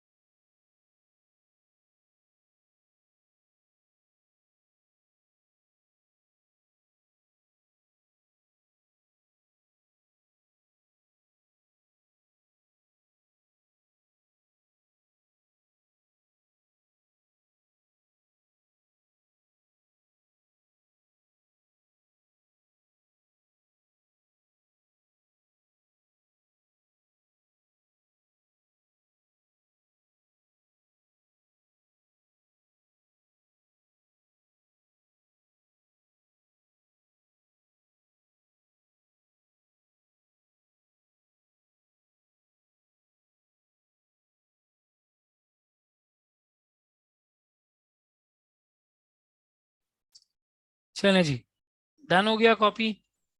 अब आ जाते हैं एक स्टेप आगे, क्वेश्चन नंबर 2 पे। 60 रुपए का प्रीमियम पे किया, पुट ऑप्शन बाय किया, स्ट्राइक प्राइस है 300 रुपए, राइट टू सेल मौजूद है। मैं अपनी चीज को 300 रुपए में बेच सकता हूँ। करंट मार्केट प्राइस चल रही है 260। हाँ भाई, मुझे बेचना चाहिए 260 पे, नहीं बेचना चाहिए, ऐसे लाइक ऑप्शन एक्सरसाइज करना चाहिए।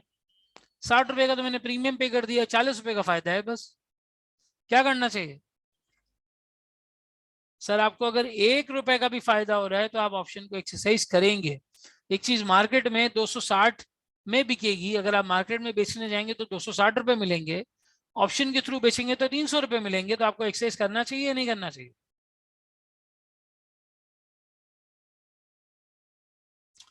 एवरीवन शुड आंसर भाई, सारे लोगों का जवाब चाहिए।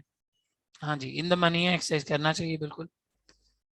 मार्केट में मैं 260 की बेचूंगा, यहाँ पे मैं 300 रुपए में बेच सकता हूँ, ठीक है। Calculate the profit and loss of the investor if the market price of the shares on the expiry date of the option is 30 days from now is 180, 260, 380।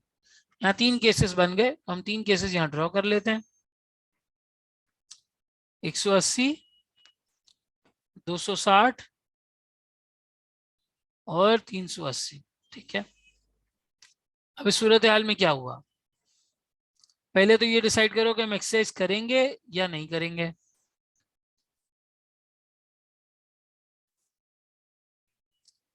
Sir हमारी स्ट्राइक प्राइस कितनी है?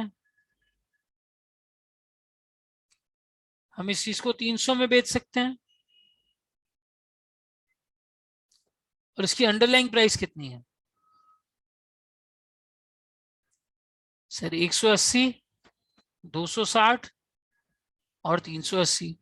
मार्केट में ये चीज 180 की बिकेगी, यहाँ पे intrinsic value, intrinsic value. Sir देखा जाए तो 120 रुपए की यहाँ मेरी इंट्रिंसिक वैल्यू बन रही है, इधर मेरी 40 रुपए की इंट्रिंसिक वैल्यू बन रही है, और यहाँ पे मेरी कोई इंट्रिंसिक वैल्यू नहीं है। थर्ड वाले केस में it will not be exercised, third वाले केस में विल नॉट बी एक्सरसाइज्ड। अब मैंने नेट प्रॉफिट या नेट लॉस निकालना है, तो मैं यहाँ पे प्रीमियम भी लूंगा। प्रीमियम तीनों केसेस में नेट हो जाएगा 60, 60 और 60, ठीक है। यहां मेरा नेट प्रॉफिट या कह लो कि लॉस, यहां मेरा नेट प्रॉफिट हो गया 60 का, यहां मेरा नेट लॉस हुआ 20 का, और यहां मेरा नेट लॉस हुआ 60 का। सही है, ये तीनों सिचुएशन हमने यहाँ पे बना दी। इधर हम एक्सरसाइज करेंगे, इधर हम एक्सरसाइज करेंगे, इधर हम एक्सरसाइज नहीं करेंगे। हम उसको मार्केट में बेच देंगे जाके 380 रुपए में, यहाँ बेचने की जरूरत नहीं है। Is that clear with everyone? समझ आती बात?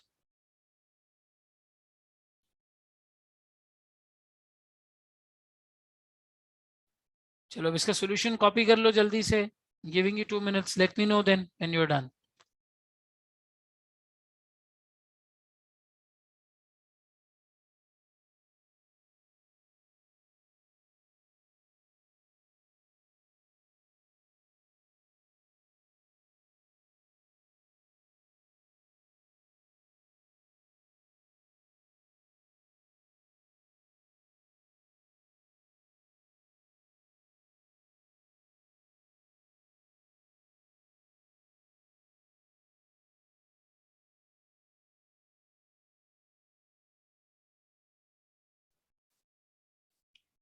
मुताहिर कहते हैं सर रीजन क्या है प्रीमियम को कंसिडर नहीं करने का?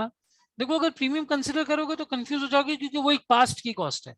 जैसे इन्वेस्टमेंट अप्रेजल में एनपीवी आईआरआर निकालते वक्त आप संक कॉस्ट या पास्ट की कॉस्ट नहीं कंपेयर करते, क्योंकि वो ऑलरेडी हो चुकी होती है। बिल्कुल ऐसी प्रीमियम भी ऑलरेडी इनकर्ड कॉस्ट है।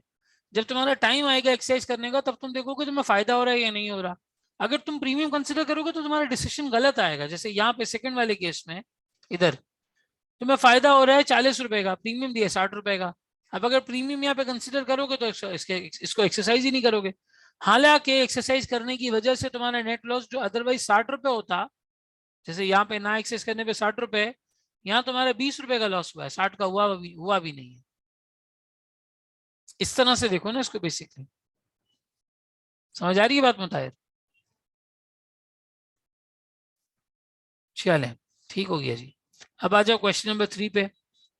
ऑन 1 जनवरी 2019 मैरीगोल्ड एंटरप्राइजेस यानी कि ME purchased an option for rupees 10,000 allowing ME to buy call option है, call option 5,000 shares of Aroma Limited at a price of rupees 140 per share।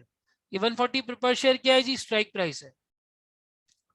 इन्होंने एक option purchase किया कि इन्हें shares लेने की इजाजत मिल जाए, किसकी? अरोमा लिमिटेड की, 5,000 शेयर्स 140 रुपए में ड्यूरिंग द नेक्स्ट 2 मंथ्स, ये उसका पीरियड है। On 12 February 2019 ME purchased the shares at the agreed price when the market value of AL's shares was 180 per share। जब ये 180 चल रहा था, इन्होंने 140 में खरीद लिया। सवाल वो ये पूछ रहे हैं कि भाई बताओ ये कॉल ऑप्शन है या पुट ऑप्शन है? जल्दी से बताएं जी, कॉल ऑप्शन है या पुट ऑप्शन है? सर यहाँ पे राइट टू बाय मौजूद है, ये कॉल ऑप्शन है। एक्सीलेंट। अब बताएं ये इन द मनी था या आउट द मनी था जो इन्होंने एक्सरसाइज किया? सर कॉल ऑप्शन के केस में इंट्रिंसिक वैल्यू तब पॉजिटिव होती है जब आपकी अंडरलाइंग प्राइस ज्यादा हो स्ट्राइक प्राइस से। सो यहाँ पे मेरी अंडरलाइंग प्राइस थी एट द सेम टाइम 180 रुपए और मेरी स्ट्राइक प्राइस थी 140 रुपए। मेरे पास कंबाइन लेवल पे 40 रुपीज की इंट्रिंसिक वैल्यू आ रही थी, 40 रुपीज की इंट्रिंसिक वैल्यू आ रही थी। तो मैं इसको कहूंगा this is in the money. ये क्या है जी? This is in the money. Excellent हो गया जी, एक्सीलेंट। सारे सवालों के सही जवाब दिए तुमने। अब देखो इसमें हमने करेंसी और स्टॉक्स दोनों एक ही तरीके से कवर करना है कि मेरे पास खरीदने या बेचने का राइट कितने में और अभी वो चीज मार्केट में चल कितने की रही है। ठीक है।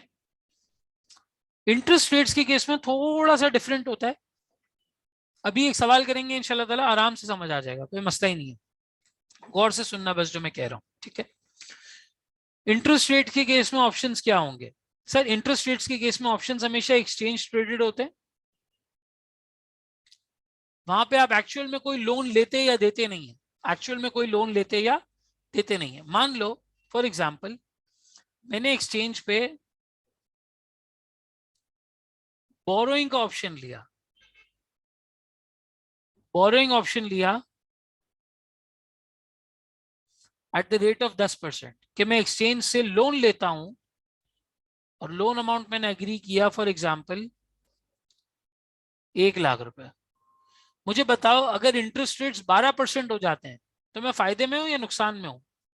मैंने बोरो किया था, ऑप्शन बोरो किया था 10% का, अब इंटरेस्ट रेट हो गया 12, तो मुझे एक्सचेंज पैसे देगा या मैं एक्सचेंज को पैसे दूंगा? मैंने एक चीज सस्ते में बोरो की, अब इंटरेस्ट रेट्स बढ़ गए। जी भाई व्हाट्स द रिस्पॉन्स? सारे लोग जवाब देंगे। एक चीज मैंने बोरो की थी 10% पे, अब वो मार्केट में महंगी हो गई, मैं फायदे में हूं या मैं नुकसान में हूं? सर बिल्कुल आप बेनिफिट में है, बिल्कुल आप बेनिफिट में। रीजन बीइंग एक्सचेंज अब आपको 2% के पैसे पे बैक करेगा। सो जो इंटरेस्ट रेट ऑप्शंस होते हैं इसमें होता ही है कि आप एक पर्टिकुलर ऑप्शन पे बोरोइंग या डिपॉजिट करते हैं और फिर एक्चुअल इंटरेस्ट रेट से कंपेयर किया जाता है कि रिजल्ट क्या आया। रिजल्टिंगली आपको एक्सचेंज या तो पैसे देता है या आपसे पैसे ले लेता है। एक्चुअल लोन आप मार्केट में जाके लेते हैं, जैसे हमने अभी कल इंटरेस्ट रेट ऑप्शंस के अंदर, इंटरेस्ट रेट फॉरवर्ड्स के अंदर, फॉरवर्ड रेट एग्रीमेंट के अंदर भी पढ़ा था। इस एग्जाम्पल को, इस क्वेश्चन को देखना। A company intends to borrow $10 million।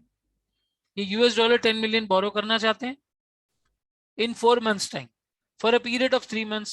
3 महीने के लिए ये बेयर करना चाहते हैं 4 महीने के बाद। But is concern about the volatility of $, LIBOR rate. ये इंक्रीज जो इंटरेस्ट रेट है इसके बारे में परेशान है। $, LIBOR rate is basically your interest rate. Interest rate के हवाले से परेशानी के बाहर ना जाए। The 3-month US LIBOR rate is currently 3.75%। अभी 3.75% पे ट्रेड हो रहा है, but might go up or down in the next 4 months। The company therefore takes out a borrower's option with a strike rate of 4% for a notional 3-month loan of $10 million। इन्होंने option purchase किया borrowing का of 10 million USD, ठीक है, at the rate of 4%। ये 4% क्या है? इनका strike rate है। वहां स्ट्राइक प्राइस होती थी, यहाँ स्ट्राइक रेट है। ठीक है, ये स्ट्राइक रेट है, इस पे चीज लॉक हो गई। स्ट्राइक रेट का मतलब ये, इस पे आपने चीज को लॉक करा लिया for a period of 3 months। ठीक है, 3 months। The expiry date is in 4 months time. The option premium is the equivalent of 0.5% per annum of the notional principal. 0.5% आपको प्रीमियम पे करना है, वो आप डे वन पे ही पे कर देते हैं. The company is able to borrow at the US dollar LIBOR rate. Determine the outcome if 3-month LIBOR rate after 4 months is 6% and 3-month LIBOR rate after 4 months is 3%. एक case है मेरे पास 6% का, एक केस है मेरे पास जो है वो 3% का. मेरा ऑप्शन क्या था सर? मेरा ऑप्शन था एट द सेम टाइम यहां पे 4% का. 4% का केस है.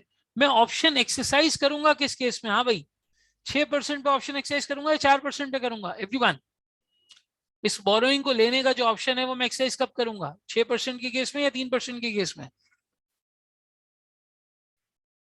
सर 6% के केस में. यहां पे मैं एक्सरसाइज करूंगा, वहां लैप्स होने दूंगा. डिसीजन क्या होगा हमारा यहाँ पे? सर यहाँ डिसीजन होगा कि इसको एक्सरसाइज करो, यहाँ डिसीजन होगा कि इसको लैप्स होने दो. लैप्स होने का मतलब आपका प्रीमियम जाया.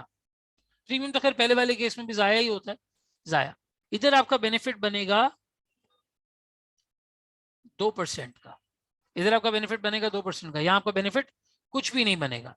एक्चुअल लोन मिलेगा आपको, क्योंकि एक्चुअल लोन आप अपनी बैंक से लेंगे, वो मिलेगा आपको 6% के ऊपर, और यहाँ पे एक्चुअल लोन आपको मिलेगा 3% के ऊपर. ठीक है. सो आपकी नेट कॉस्ट क्या हो गई सर? नेट कॉस्ट यहाँ पे हो गई आपकी 4%, आपको फायदा हो गया, और इधर आपकी नेट कॉस्ट जो है वो 3% ही रही. प्रीमियम दोनों केसेस में कांस्टेंट है, इसलिए उसको डिसीजन मेकिंग में नहीं लेना. Premium is constant in both the cases.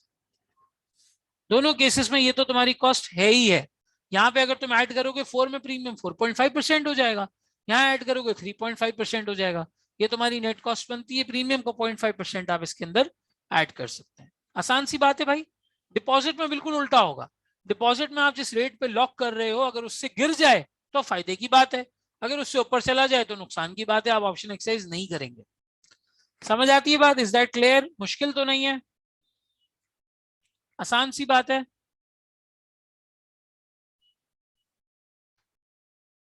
Everyone gets it? सिर्फ क्लियर है या क्रिस्टल क्लियर है? बिल्कुल प्रॉपर समझ आ गया है फाइनेंशियल रिस्क मैनेजमेंट किस तरह से होती है, कैसे ये इंस्ट्रूमेंट्स जो है वो वर्क करते हैं. हमने फॉरवर्ड्स पढ़ा, हमने फ्यूचर्स पढ़ा, हमने मनी मार्केट हेज पढ़ा, हमने ऑप्शंस पढ़ा. Option, forward, future, money market, ये 4 तरीके के इंस्ट्रूमेंट्स हमने पढ़े. फॉरवर्ड, ऑप्शंस, मनी मार्केट और फ्यूचर्स. चलें जी, जल्दी से इसको कॉपी कर लें. इसके बाद बस एक सवाल है, वो एक सवाल करवाऊंगा इंशाल्लाह ताला, फिर उसके बाद तुम्हें ऑफ दे दूंगा. सारे लोग फोकस फोकस हो भैया, फोकस. कॉपी कर लें, कॉपी करके जल्दी से डन लिखे हैं, फिर एक और क्वेश्चन है वो करते हैं.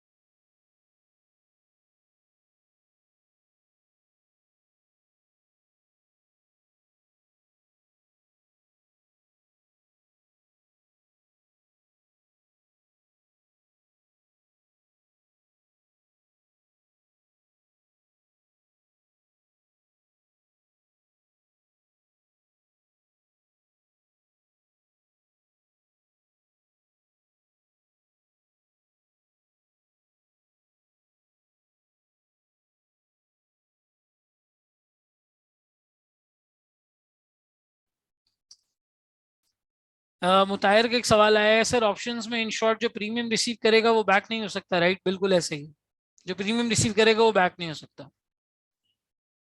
जिसने प्रीमियम रिसीव कर लिया उसने वादा कर लिया, जिसने वादा कर लिया वो पीछे नहीं हट सकता है. In any case possible. जितनी भी मार्केट वैल्यू हो जाए, जो भी वैल्यूज आ जाए. चलें जी, कॉपी हो गया?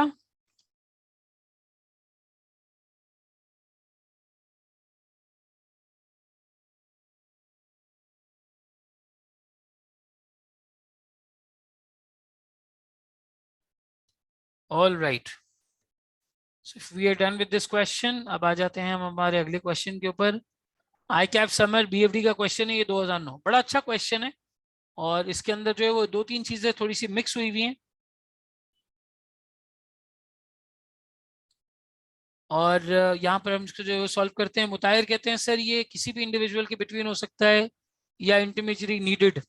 भाई बाकी लोग बताएं, जो दो टाइप्स बताई हैं ऑप्शंस की, उसमें इंटरमीडियरी कहाँ पे होता है और कहाँ दो पार्टीज के बीच में ऑप्शंस को जो है वो किया जा सकता है। ये जो दो टाइप्स अभी पढ़ी हैं उसमें सवाल का आंसर मिलता है या नहीं मिलता, बाकी लोग बताएं।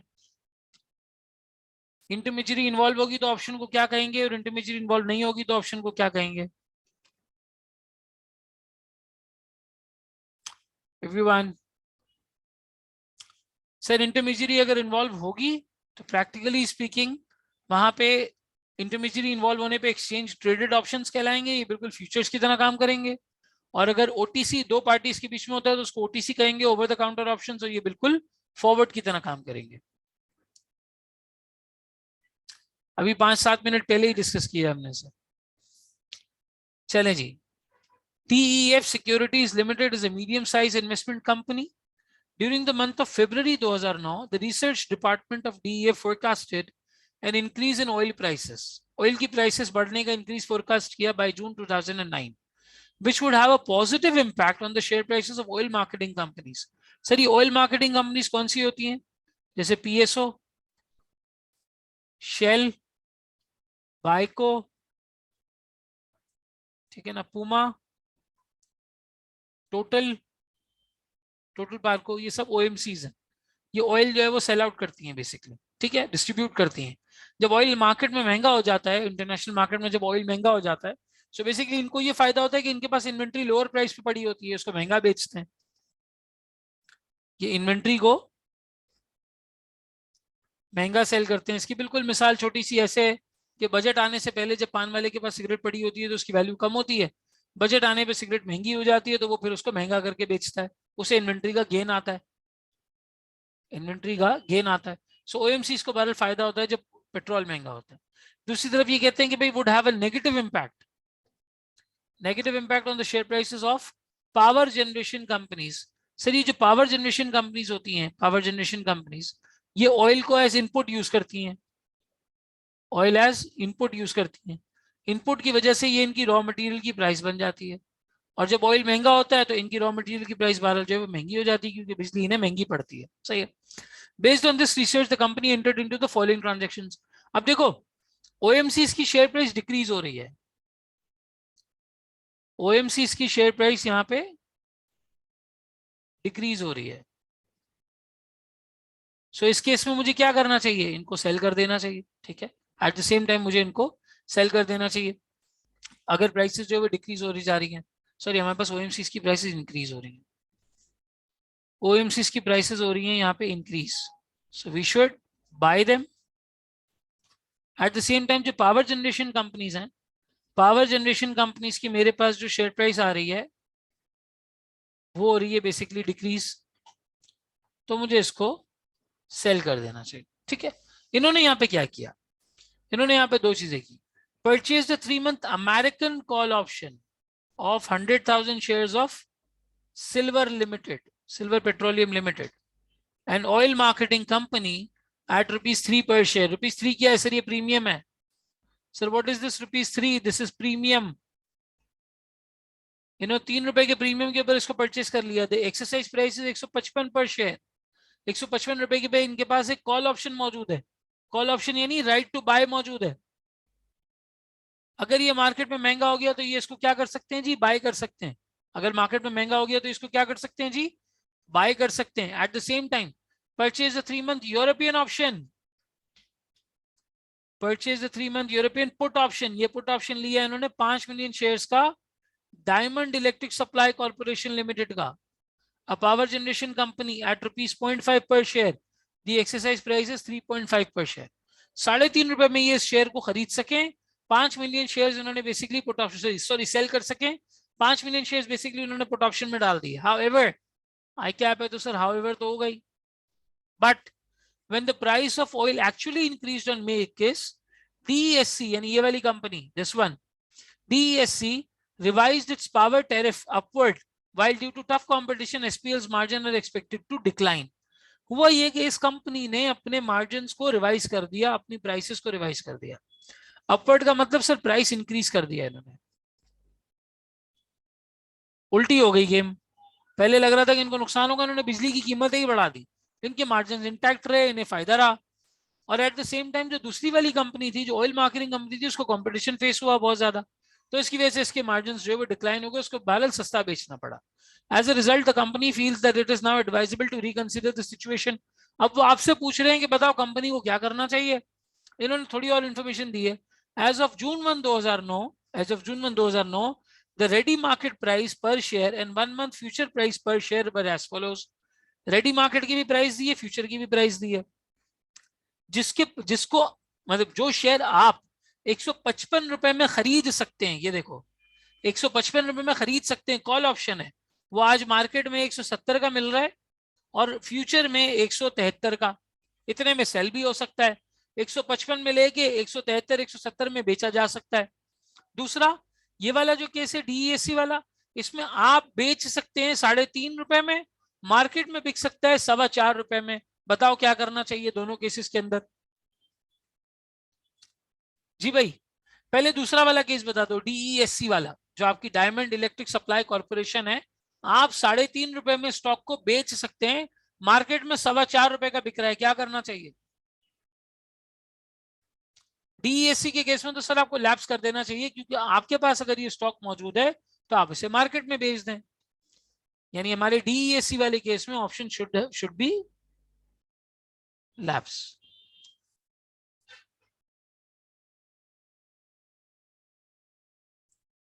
lapsed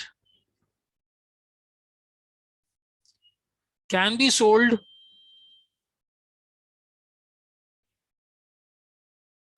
for rupees 4.25 in ready market।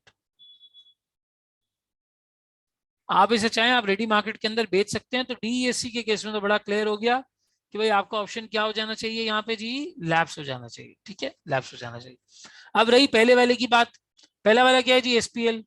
बताओ एसपीएल के केस में क्या करना चाहिए, ऑप्शन एक्सरसाइज करना चाहिए। बिल्कुल sir, option should be exercised,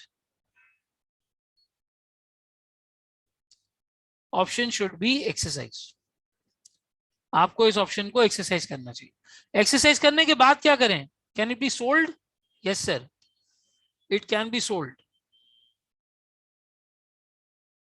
sir दो ऑप्शन है आपके पास, एक है रेडी मार्केट। अगर रेडी में बेचते हैं तो कितने पैसे आएंगे। सर अगर आप रेडी मार्केट में बेचते हैं तो आपके पास कितने 1 लाख शेयर्स हैं।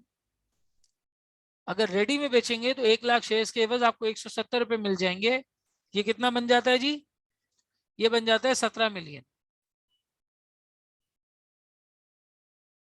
ये देखो ये रही रेडी की प्राइस 170 रुपए। आप 170 रुपए में 1 लाख शेयर्स को बेच सकते हैं, ये आपकी प्राइस बन जाएगी 17 मिलियन। ठीक है, 17 मिलियन में आप बैरल इसको जो है वो सेल ऑफ कर सकते हैं। ठीक है, can be sold in the ready market. और सर यहाँ पे एक और थोड़ी सी टेक्निकल टर्म है, समझा देता हूँ, कभी ऐसी चीज आए तो हैंडल कर पाओगे। देखो यहाँ पे क्या लिखा हुआ है, DEF can obtain finances at the rate of KIBOR plus 2%. Presently the rate of KIBOR is 12.5। ये इनकी अपॉर्चुनिटी कॉस्ट बताई है इन्होंने। यानी एक महीना अगर ये कोई पैसा उधार लें तो इन्हें तकरीबन 14.5% उस पर इंटरेस्ट देना पड़ता है, 14.5% इंटरेस्ट देना पड़ता है। ठीक है ना। अगर ये फ्यूचर में बेचते इसको तो फ्यूचर में महंगा बिकता। आपकी तरफ से एक ये रिस्पॉन्स हो सकता है कि सर ये रेडी मार्केट फ्यूचर मार्केट में भी तो बेचा जा सकता है, can be sold in the future market. Sir अगर आप फ्यूचर मार्केट में सेल करेंगे तो पैसे 1 महीने बाद आएंगे, पैसे 1 महीने बाद आएंगे, आफ्टर 1 मंथ। ये देखो यहाँ पे लिखा हुआ 1 मंथ फ्यूचर प्राइस। हमने फ्यूचर के बारे में ये पढ़ा था कि जब आप फ्यूचर में ट्रांजेक्शन करते हैं तो जो सेटलमेंट होती है एक्चुअल, वो 1 महीने के बाद होती है। आपने इसे फ्यूचर में सेल कर दिया, अब आपके पैसे आएंगे 1 महीने बाद, तो आप इसे 1 महीने पे डिस्काउंट भी करेंगे, आप इसे 1 महीने पे डिस्काउंट भी करेंगे। अगर आपके फंड्स फंसे रहते हैं तो वो फंड्स बहरहाल 14.5% के हिसाब से फंसे रहेंगे। 1,00,000 शेयर्स 173, इसको मैं मल्टीप्लाई करूंगा 1 प्लस 14.5%, काइबोर प्लस 2 है ना, 1 plus 14.5% raise to the power multiplied by 1/12। 1 महीने की बात है, आप इसे -1 पे डिस्काउंट कर लो। ठीक है सर, 1,00,000 शेयर्स है मेरे, मैं इसको बेचता हूँ 1,73,000 में, तो मेरे पैसे तो जो ज्यादा बनेंगे, वहां पे 17 मिलियन बन रहे थे, यहाँ 17 मिलियन के अलावा 3,00,000 रुपए ऊपर है, लेकिन इसकी डिस्काउंटिंग भी होगी। 1 plus 0.014 multiplied by 1/12 raise to the power -1। ठीक, 14.5% जो मेरे यहाँ पे लग रहे हैं, उसका 1 महीने की डिस्काउंट फैक्टर भी लगाएंगे।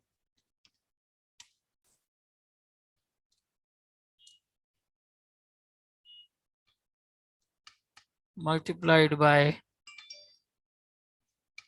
1 प्लस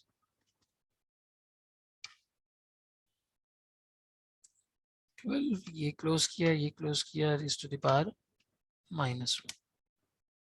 170934, यहाँ जो मेरे पैसे आएंगे वो आएंगे 17093454, ये प्रेजेंट वैल्यू है उनकी, सही है। This is basically the present value that we calculated, and this present value is more than what we get in ready market today। Ready market में जो पैसे हमें आज मिल रहे हैं वो इसकी प्रेजेंट वैल्यू से कम है, तो हमें क्या करना चाहिए, हमें ये वाला ऑप्शन एक्सरसाइज करना चाहिए, ये बेहतर ऑप्शन है। क्या ये बात समझ आती है सबको? Everyone gets it? एसपीएल का ऑप्शन एक्सरसाइज तो होना चाहिए, लेकिन एक्सरसाइज करके फिर इसको कहाँ बेचें, किस मार्केट में बेचें? सर आप इस मार्केट में बेचें जिसमें आपको ज्यादा फायदा है। रेडी मार्केट में बेचेंगे 17 मिलियन मिल जाएंगे, फ्यूचर मार्केट में बेचेंगे 1 महीने बाद पैसे आएंगे ना, तो 1 महीने की आज डिस्काउंटिंग कर लो, 12.5% प्लस 2 14.5% की डिस्काउंटिंग करके देख लो, तो आपको सर ज्यादा पैसे रिलेटिवली फ्यूचर मार्केट के अंदर मिलेंगे। तो आज फ्यूचर में बेचो, 1 महीना इंतजार कर लो, 1 महीने की जो प्रेजेंट वैल्यू है उसमें टेक्निकली आपको पैसे ज्यादा मिल रहे हैं, आपको 93,000 रुपए का एक्सेस यहाँ पे बेनिफिट हो रहा है। ठीक है, 93,454 का आपका एक्सेस बेनिफिट है यहाँ पे, बेनिफिट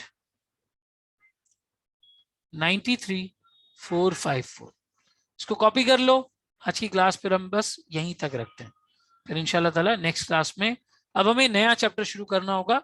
ये वाली बात हमारी मुकम्मल हो गई है, कन्वर्टेबल बॉन्ड्स, और हमारा एक यील्ड कर्व वाला एक टॉपिक रहता था, वो टॉपिक हम इंशाल्लाह ताला अब नेक्स्ट वीक में कवर करेंगे। सैटरडे को तुम लोग की कोई क्लास नहीं होगी, अगले वीक में इंशाल्लाह क्लास होगी। ठीक है, चलें इसको कॉपी कर लें, आज यहीं तक रखते हैं।